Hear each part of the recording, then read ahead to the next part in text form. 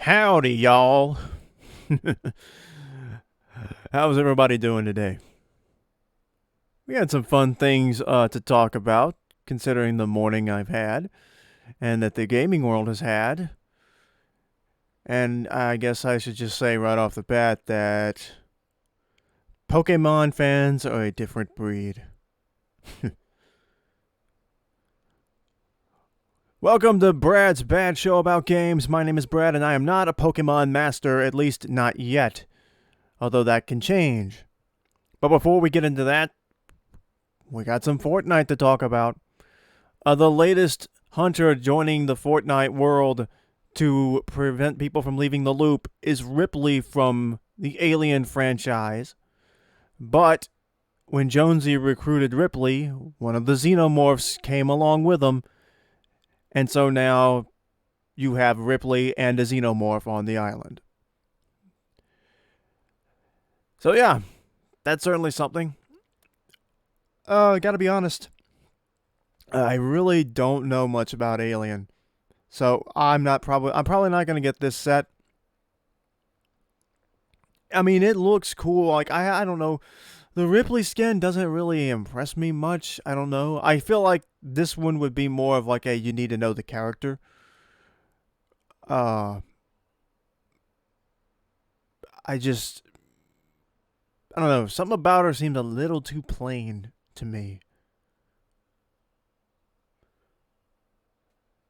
Like she doesn't have like the super flair of like like these superhero characters and villains that have these over the top appearances, or even like the xenomorph, of course.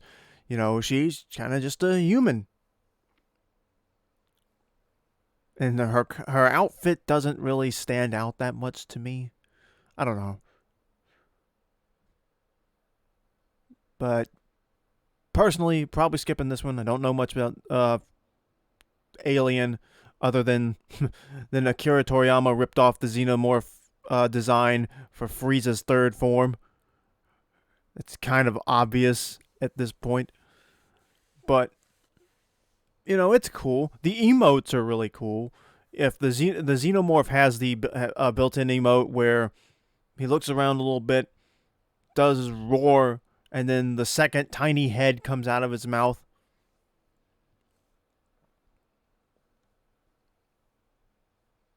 There's another emote that I think is you can put on any character, where in the movies, if the xenomorph lays eggs in you, then its offspring can burst out of your chest.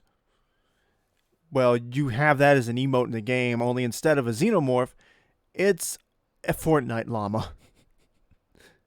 It bursts out of your chest, it makes some little racket sound, and then you pet it on its head, and then it goes back into your chest. It's pretty funny. But yeah, it's not bad.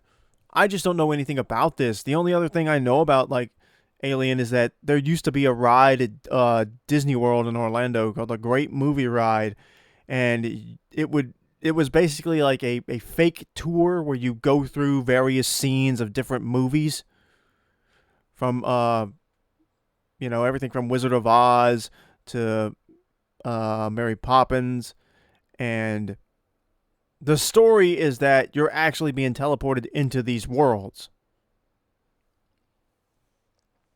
Like you're taking a tour of these fictional worlds as different events happen. Like in the Wizard of Oz part, the the Munchkins are welcoming you, singing their song, and then the Wicked Witch of the West shows up and threatens you all.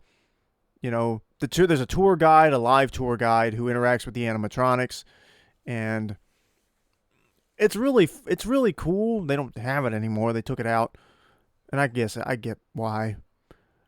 And I think the end of the ride was like a big big movie showcase reel of a bunch of different films from over the years, and of course Disney put their own films in there. Uh, but yeah, it was cool, and Alien was a part of it. I don't know. I can't remember if they took that out at one point or not. I don't think they did, But yeah, you go through the spaceship and there's one of the xenomorphs is like hanging down like it's gonna eat you. So that was cool. But that's all I got on this. Probably not getting this one just because I'm not really deeply attached to it. But still cool. I would get the xenomorph skin though, at least, because of just how different it is. And now you actually have Alien versus Predator in Fortnite. You could have somebody play as the Predator and somebody play as a xenomorph. There you go. So now not only do we have Marvel vs. Capcom inside of Fortnite, we have Alien vs. Predator. It's crazy. And it's just going to get wilder, man. The longer this game exists, more and more crossovers are going to happen. This is going to be the biggest crossover game in terms of just the sheer variety. Like Smash Brothers is great for gaming. Kingdom Hearts is great for Disney stuff. But this game is bringing in everything. Anything, anyone from anywhere. And that's what makes the game stand out in my opinion. But anyway, get this if you want those skins. Or I guess you don't really have to if you don't want to, because I'm not. But anyway, like I said, I wish I could get them all, just because they, the crossover appeal is cool, and I want to do, extra videos, like to reflect that. But all the skins cost money, man, and when they come at you left and right like they do, you just can't get them all unless you've got the funds to do it. But anyway. That's not the only Fortnite news we got. Earlier today, we got an announcement from Fortnite and DC Comics of an upcoming Batman and Fortnite collab comic book series that's going to come. And it's like, I think it's a 6-issue series, if I'm not mistaken. And each of these will come with a code that will give you some sort of Fortnite cosmetic, including a new Harley Quinn skin. Now, the picture of the skin is out, so you could go see what the new Harley skin looks like. It looks sort of, I guess this is an original look for her in the comic. It's like her head is like the same like of the original Harley skin from that we've gotten in the game already. Like the pink and the blue pigtails, but she's wearing a red and black outfit that looks sort of inspired by maybe the animated series one. Like it's not the animated series look, but it's sort of like it sort of looks like it's inspired by that in some way. Or maybe more like her Injustice look. Or Injustice 2. She's like wearing like a half jacket or something and some longer pants, black and red. I kind of want to see that. I still want to see like the classic Harley, the animated series Harley, the original Harley. That's what I wish they would do. But as far as skins go, if you get all of the cosmetics that come with these comics, then you'll also get a bonus armored Batman skin. So that's kind of cool. There's already 2 Batman skins in the game. There's one that's just basically, comic book classic Batman. And then there's the Dark Knight Batman. And so this would be a 3rd Batman skin. And, hey, Batman's cool. Yes, it's a game about guns, but, who cares? Supposedly this story is actually like, I read a bit of the interview that Donald Mustard gave on it, and he said that their primary goal for this collab was to tell a good Batman story. So the goal here, the focus seems to be, of course, that they want to put Batman within the Fortnite world and make it make sense. But apparently they're also going to be revealing Fortnite lore in this game that has not been seen before. So that's an interesting decision. And it will add to the lore. And with Fortnite's whole thing being like the multiverse and everything like that. That could be some interesting things to see happen. Um, Again, primarily, like, I'm interested in the lore because I don't completely understand the lore. I've been looking up on it. I've got a general feel for the lore. It's largely that there's some secret society, I assume like a Illuminati type deal, of somebody who has the ability to change reality on a whim, but then there's also people who are trying to harness that power for themselves or something like that. And there's various individuals that like are important. Like, we keep hearing about Midas, but we haven't seen him since he was since Fortnightmares. So, and even then he was just a ghost, but there may be more than one Midas running around, just like there's more than one Jonesy. So I'm just curious to see where all these characters, what are their roles in the overall scheme of things. That's what I want to know. But hey, more skins, Batman, Harley. I wonder if there'll be any other cosmetics, because there's supposed to be more characters getting involved in this, and I assume that will mean there will be more skins coming to the game, probably as a bundle you could buy in the shop, and not just as exclusives in the comics. But I guess we'll have to wait then. These will come out in late April, so there's still a whole almost like 2 months.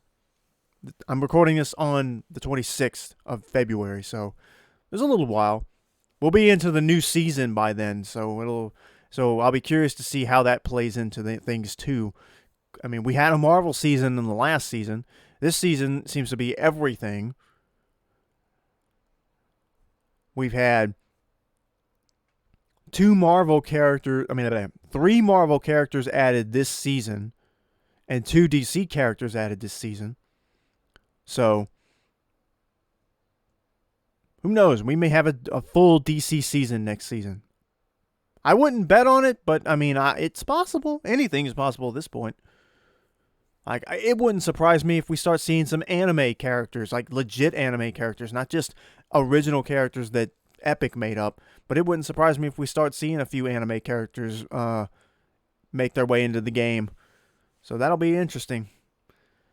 Like, imagine if, considering this is a bounty hunter themed season, if Spike Spiegel from Cowboy Bebop made it in. Or if you want to go a little bit wackier, Space Dandy.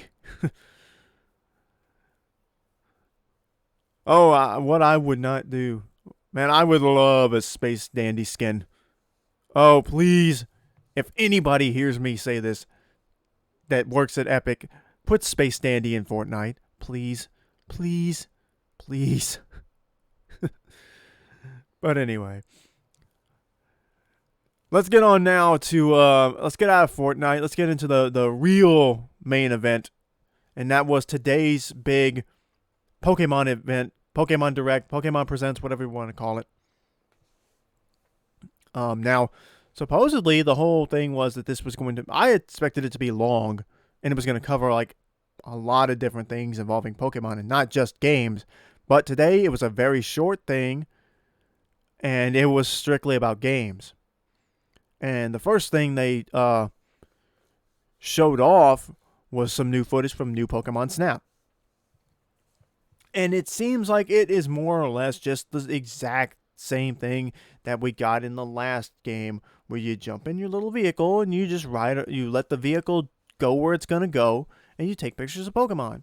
Although, with this being the Switch, the Pokemon do look and they seem way more alive. And there's a new item. Like, they showed, like, if you throw the food, it's an apple-shaped fruit or something. They don't call it an apple for some reason. But, at one point, they threw the apple to a few Pokemon, and they threw one to a Tyranitar, and the Tyranitar literally picked it up and threw it in the air, I think, and then, like, ate it. I guess it's because it's got such short little arms. It can't reach down and just put it in its mouth. It's got to throw it up to its mouth. So That's fun. It gives some, little bit of personality to the different Pokemon. And there's apparently now like some sort of new, I don't know if they're separating it or not. Like, it was something to do with there was a point where a Venusaur jumped off of a ledge and into like a pond, but there was something really special about that, and it encourages you to go back and take different pictures of the Pokemon doing different stuff. It's like there's like a rarity system of some sort, I guess. I don't know how. I may not have even used the right word, where the Pokemon doing certain things are logged separately. And see, there were different things that like certain Pokemon could do in certain levels of the original game. Like in the beach level of the original game, you could get the Surfing Pikachu, where if you got Pikachu to run over by the surfboard, it would go run over to it, jump on it, and then pretend to surf on the sand. Then if you go later, if you knock the Scyther out of the first set of tall grass, two Pikachu will run out on these log stumps and start using Thunderbolt. And so those are like two different special Pikachu things. And I assume that in this game you can log them all separately. And of course, I hope that's the case, because like it's weird that like in the original game you could only save you could only save one picture.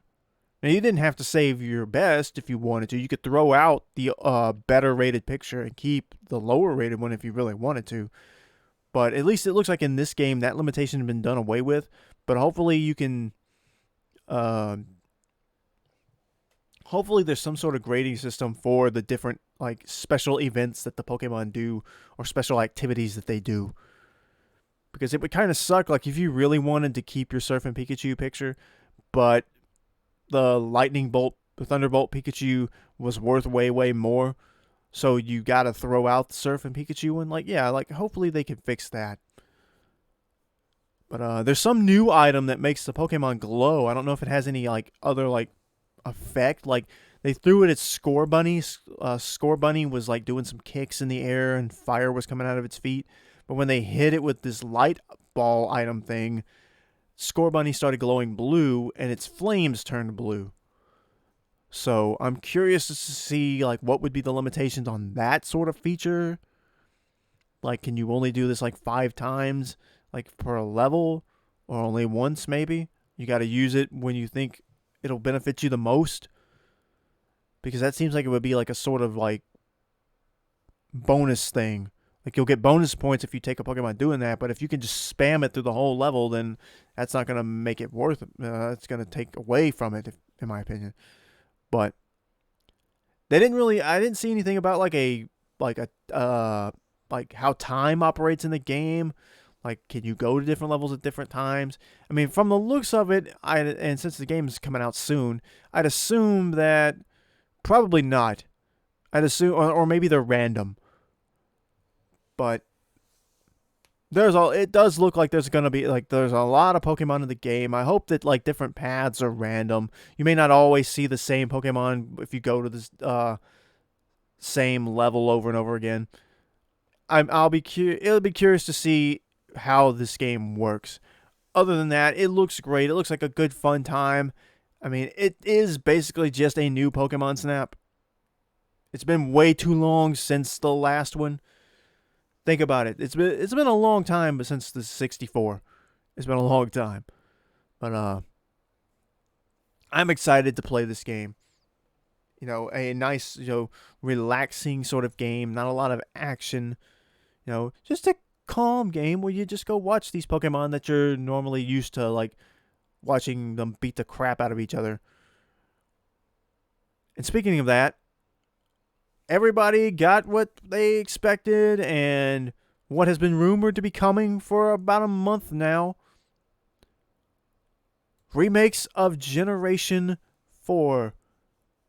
Pokemon Brilliant Diamond and Pokemon Shining Pearl.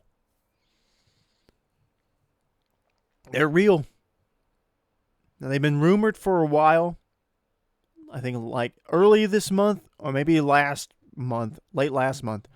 the rumors started going around that this was coming and it was going to get announced in February, and here we are, right before the end of February, and it got announced. And boy, oh boy, are some of the takes on this just asinine. It just terrible. And so first and foremost, like, at this point, like, the remakes are just like fun little bonuses in my opinion. Like, I don't know. Like, I'm not mad about it.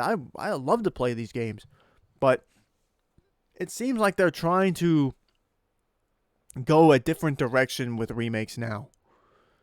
And I don't mind that. I don't mind that you don't just get a reskinned version of other games. Which, funny enough, like, the biggest complaint I've seen about this, and let me just get out of the way and say, like, first and foremost, I like the visual style that they went with. What it looks like they've tried to do is retain some sort of visual appeal of the original games from the DS, which was, of course, a 2D sprite style. I think the overworld may have been slightly 3D. Like, the buildings may have been somewhat, although I may be, like, Black and White they did have 3D overworlds. But I think there were some slight 3D elements to the Diamond and Pearl games. I may be remembering that wrong, but only like in terms of like the buildings. But of course, like, that would be the extent of it. The game itself was still almost entirely 2D. But anyway, I think it's an interesting decision to go that route, because like the overworld is sort of Link's Awakening-esque chibi style, and then when you get into the games, you see the full, higher quality figures of the Pokemon and their trainers. So it's just like the games used to be. The overworld, you're a chibi. In the battles, you're your regular form, and that's cool to me in a way. It's like they're trying to, like, hey, remember this? It's gonna feel just like that. It's gonna give you the feel that you're playing Diamond and Pearl again.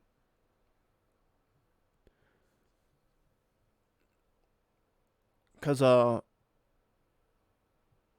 the Silver and the Ruby and Sapphire remakes were full 3D, if I remember correctly, weren't they? Yeah.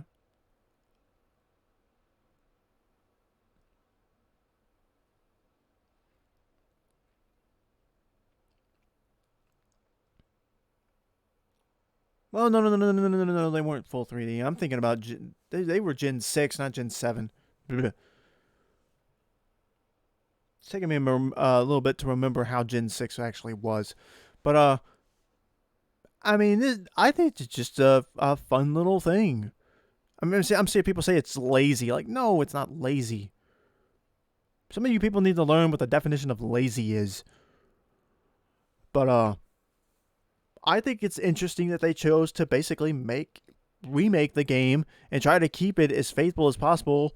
And it will give that, hey, this is an old game, remember?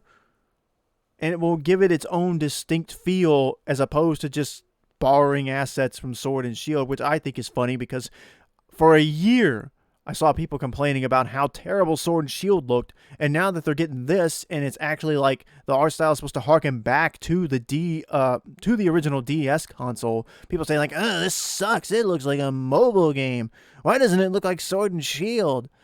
I'm like, dude, you complained for a year that Sword and Shield look like crap, and now you're bummed out that they decided to go a different route with the next set of games? Come on, man.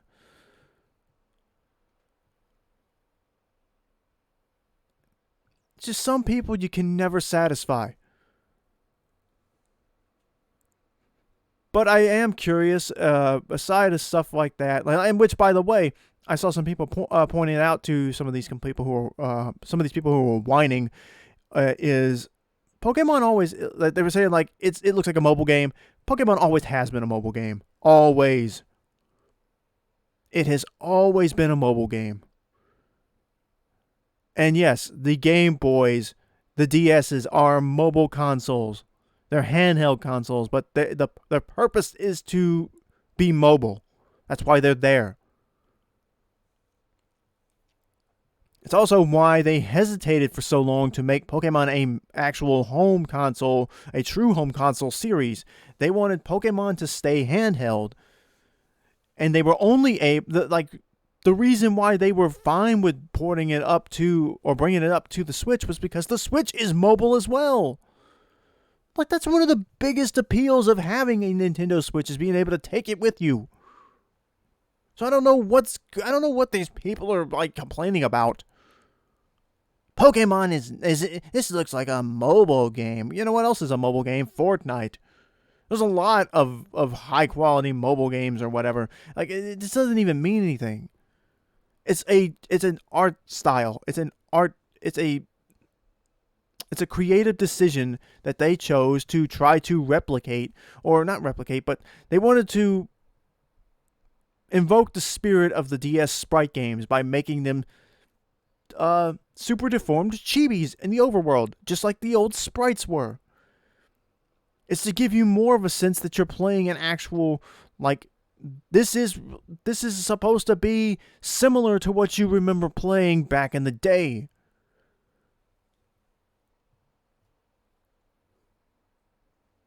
I actually like that they decided to do a little bit of out of the box thinking with this.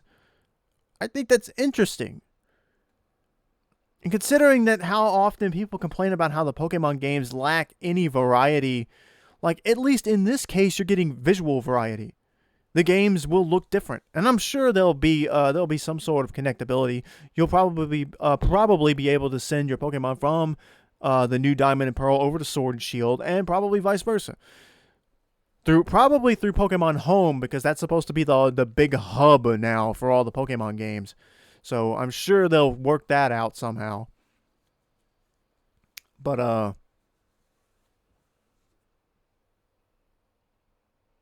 I don't know. And I'm curious as to how Giratina will play into this too, because with these remakes, Giratina is probably gonna be like a post game where you go after Giratina. So, but I'm excited at the idea of going back into the distortion world.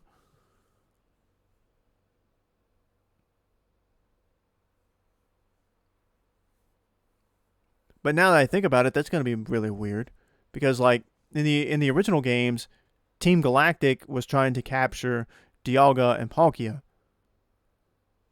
So if you their only goal was to catch one of them.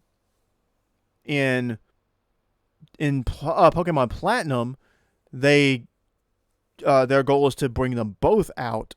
And so even though you've like, it takes the 3 lake spirits, like all 3 of them together, to basically match the strength of one of these dragons. And that was the point. Like, after you freed the spirits, they would supposedly have the power to nullify one of the dragons, but the other dragon would not, would still be too strong. When you add the other dragon, it would still be too strong for them. And that's when Giratina shows up to even the odds. And then you get taken into the distortion world with Team Galactic's leader. So I'm curious as to how that's going to play out.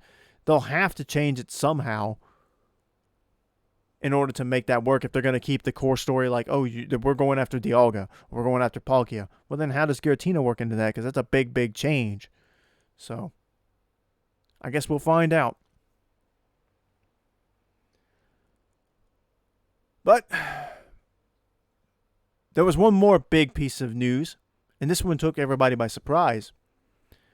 We're getting a brand new open world Pokemon series. Well, maybe not a series, but it's a new idea. An open world Pokemon game called Pokemon Legends Arceus. It is set in, I don't know if I would use the term ancient Sinnoh, but it's set many years in Sinnoh's past before there was established like the idea of Pokemon trainers or a Pokemon league or anything like that.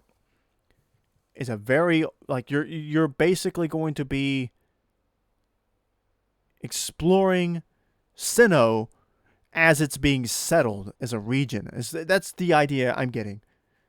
Because you start off in this one town that's supposed to be like your hub area, and then it looks like you just leave the hub and go explore the Sinnoh region. And it's open world. You can go run around, do whatever you want. There are Pokemon out in the wild. And one of the big features they showed off is the idea of being able to throw a Pokeball from a distance to capture a wild Pokemon. Like, and you have to actually aim the Pokeball and throw it. Like, that's kind of crazy. Like, and not in like the Pokemon Let's Go sort of style, but like you have like 5 Pokeballs in stock. You line your aim up just right, throw the ball, and if you hit it, and I guess it's weak enough, you can catch it. Like, that's crazy. And then the Pokemon battles also are carried over. It looks like this will be the same old standard Pokemon battle mechanics that we have in the main series games, but it's implemented in a much cooler, fresher way that makes the battles look a little bit more realistic, for lack of a better word. And that's kind of cool. Like, it shows a Lucario like slide up, like warp up real quick in front of some Pokemon and use like an uppercut move. I can't remember which one it, what the actual, probably Force Palm or something like that. And it takes place in the overworld. So that reminds me of Dragon Quest XI, where if you hit one of the if you hit a monster out on the overworld, you will fight that monster where you are on the overworld. So that's interesting. But I am curious as to like what exactly is the overall story. This isn't coming out until next year, by the way. The remakes are coming out at the end of this year. This is a next year game. But it's going to be focusing on Arceus, who, to be fair, we really don't know all that much about, in terms of like, we know that Arceus is the alpha Pokemon, the supposed and theorized original Pokemon, the creature that created the Pokemon universe, born from an egg out of a black hole or some mysterious void. This was the first. Arceus is within the lore, is the first creature to exist in that universe, and then was the one to set order into the universe. So I'm curious as to how that will play out. Like, I don't think there's been a legit in-game way to get Arceus ever in the games. Just like how Deoxys... Well, no. I take that back, because Deoxys did get an event. And I guess that's... Arceus did have an event too, but it was exclusive to Japan or something like that. And there are ways to get it, but there was like not an in-game story. I don't know. But this is going to be a very interesting game. And as they reveal more stuff about it, how it works, what all features set it apart from the standard Pokemon games, because this is an open world RPG. You can like dodge roll. So like, what is that for? What are you dodging? Can the Pokemon actually attack you? I know somebody posted a joke about that, saying like the implementation of the fact that you could dodge roll in this game implies that the Pokemon will beat the crap out of you. So you've got to dodge something. There's no reason to have a dodge mechanic for your human character if you're not in danger of taking damage. So I don't know. I'm super interested in that. And like, even something like even more simple, you get a starter Pokemon, of course. Why wouldn't you? But it's a mixture of Pokemon from different regions. Like, there's Owlette, I think that's its name, the little grass owl from Gen 7. Cyndaquil, which is of the fire starter from Gen 2, so that's a long time ago. And then Oshawott from Gen 5. So they mixed up the starters, which is cool. I never expected them to do that. I would probably pick Cyndaquil. On my old playthroughs, the main series for Silver and Soul Silver, I picked Cyndaquil. For Gen 5, I picked Oshawott. And then in Black and White 2, I picked, I think, Seviper. Not Sevipers. Superior. I think that's its name. The grass snake. But, yeah, this is going to be interesting. And like I said, I wonder if this will be a series where they focus on the lore of legendary Pokemon. And, where you'll have, like, your main series games where the goal is to collect and trade. This one will be to be focusing mostly on stories. At least of the very rare Pokemon. The ones that you don't really get to see often, celebrated in the main series. One like Arceus, who is kind of, he's kind of forgotten a little bit.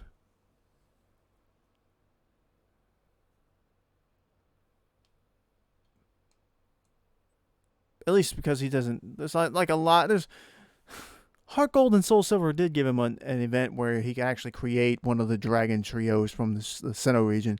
So I don't know, but I definitely am going to keep an eye on this.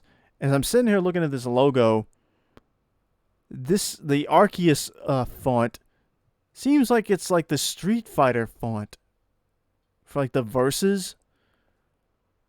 That S looks very familiar. Anyway, I think that's all I got for today. There was some other like random news I guess I'll throw in at the end, like Sony is shutting down like Studio Japan or whatever it is, the studio that had done Ape Escape in the past, which is sad to me. I want a new Ape Escape so bad. And there was a whole bunch of Final Fantasy VII stuff, including a Battle Royale game set to come out. I'm not super invested in Final Fantasy VII just because I haven't played it. I'll look into that stuff. Maybe I'll talk about it later. But there's a lot of stuff there. But yeah, Pokemon. Lots of Pokemon all over the place. So thanks for watching. Hope you enjoyed listening to me talk about the Pokemon stuff. Pokemon Snap comes out, next month? Very soon. Diamond and Pearl remakes at the end of the year. Arceus next year. I'm glad that they're taking so many different approaches. Like I saw some people want the mystery dungeon series, that like they were complaining. Like people want these side games too. And I'm curious as to if like Legends will be considered a side game or not. If it has, if it can connect with Sword and Shield and Diamond and Pearl too. Because if the battle system is the same, then there's no reason why they couldn't just like have the Pokemon retain their stats and then just move them around the different games. Like, that's what I want to see. And I'm actually curious as to see if the Arceus battle system will...